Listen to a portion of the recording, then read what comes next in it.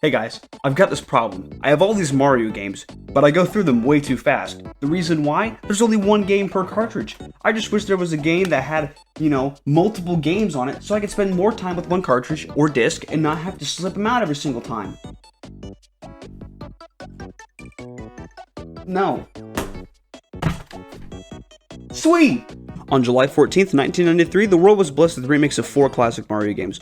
All of the 4 classic NES Mario games were remade and put onto the Super Nintendo under a single cartridge titled Super Mario All-Stars.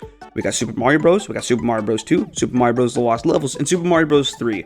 All 4 remade in beautiful 16-bit graphics. The version I'm looking at today specifically is Super Mario All-Stars plus Super Mario World, as I feel this is sort of the definitive version of the game, as it houses 5 games instead of 4. Now, you could argue that the original version held 5, because within Mario 3, there was a remake of the original Mario arcade game, but that felt more like a time waster than an actual game in and of itself. Plus, I'm pretty sure you could do this in the original NES version if you had 2-player. So, now, I'm going to say something here that might be controversial. Yeah, the original on the NES looks like dog shit compared to this game. Nintendo did a fantastic job with this remake. There is a certain charm and style to this remake of the game that just simply isn't found in the dull, flat original. Am I saying the original game is bad? God no, it's extremely important to video game history, but I think we can all agree that this game just does not look good, even when compared to other NES games. This remake retains the same feel to the original. From my time playing, I really couldn't tell much of a difference in the controls. Mario doesn't feel more stiff or loose, he just kinda controls more about the same to me. Now, is my opinion worth anything? I don't know, why the fuck are you watching this? There are a few changes here from the original though. Most notably, you automatically restarted the world you died in if you had a game over.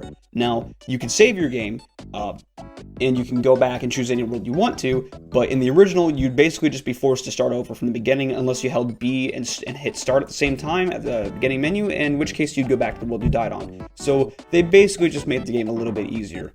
A much smaller change is that the player starts with 5 lives instead of 3, in turn, making the game just a little bit easier. Bowser also gets his own boss fight music, and the Toads now have cute little animations when you defeat Bowser in each castle. Cute. The theme and a lot of other changes carry over into the Lost Levels. This is very fitting as the original NES game basically had the same theme as the first Mario game. Nothing changed much outside of a few ground textures in that version. However, the Lost Levels is a huge change in it to make it way easier. When you game over, you start in the same stage that you died on. This is nice for people who suck at video games, but what if you don't suck dick and you want a challenge? Well, the nice thing about Super Mario All-Stars is that you can save and quit, open up the game, and from the file select screen you can pick each individual stage you wish to start on. This is really nice, so if you hate the easiest of the new version, you can always go back to the original form. It's just a bit cumbersome.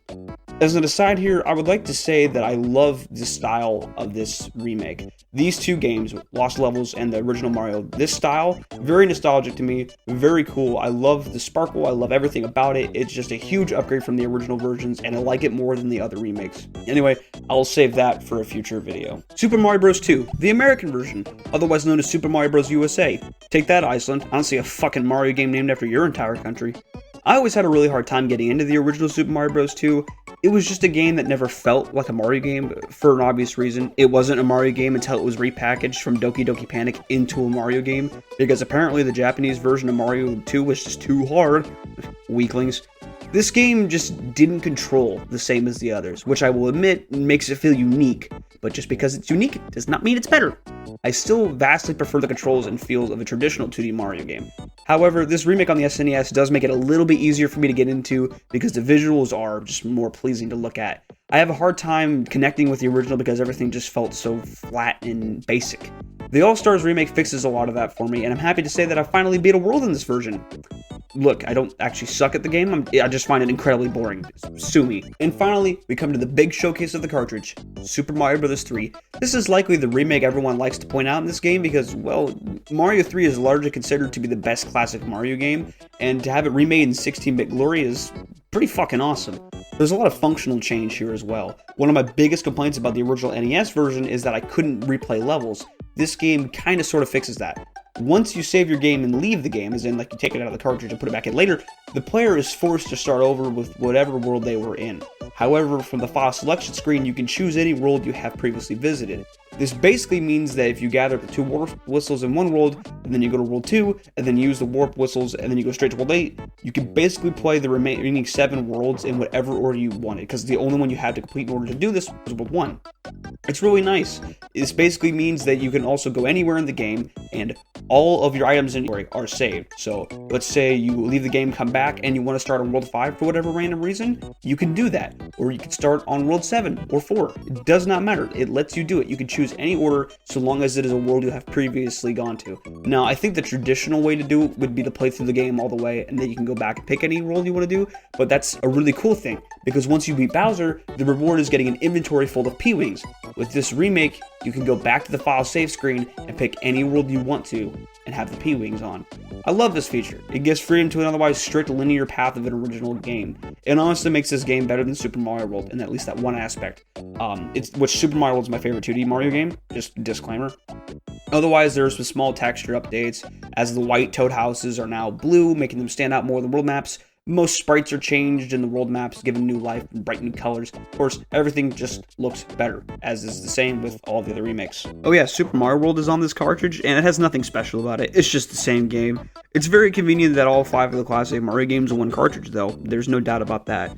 Sometimes I find myself just sitting on the startup screen. To see all the Mario characters standing around is pretty cool. I grew up with the original 1993 release, so when I saw the orange background of the 1994 release, it was really cool. It was seeing like a whole new game. I got that same feeling I did when I was a little kid. All in all, this Mario game is really just a big nostalgia trip for me. It's a wonderful experience. I have memories of playing it with my mom in my brother's bedroom all the time. Even if I'm just scrolling through the menu listening to the music, I still love it. It's a fantastic game. Over 160 courses, play as Toadette, 4 classic Mario games in one disc with Wii remote controls? God, I just can't do this. They're both just so amazing. What do I do? Fuck it, I pick Octopath Traveler.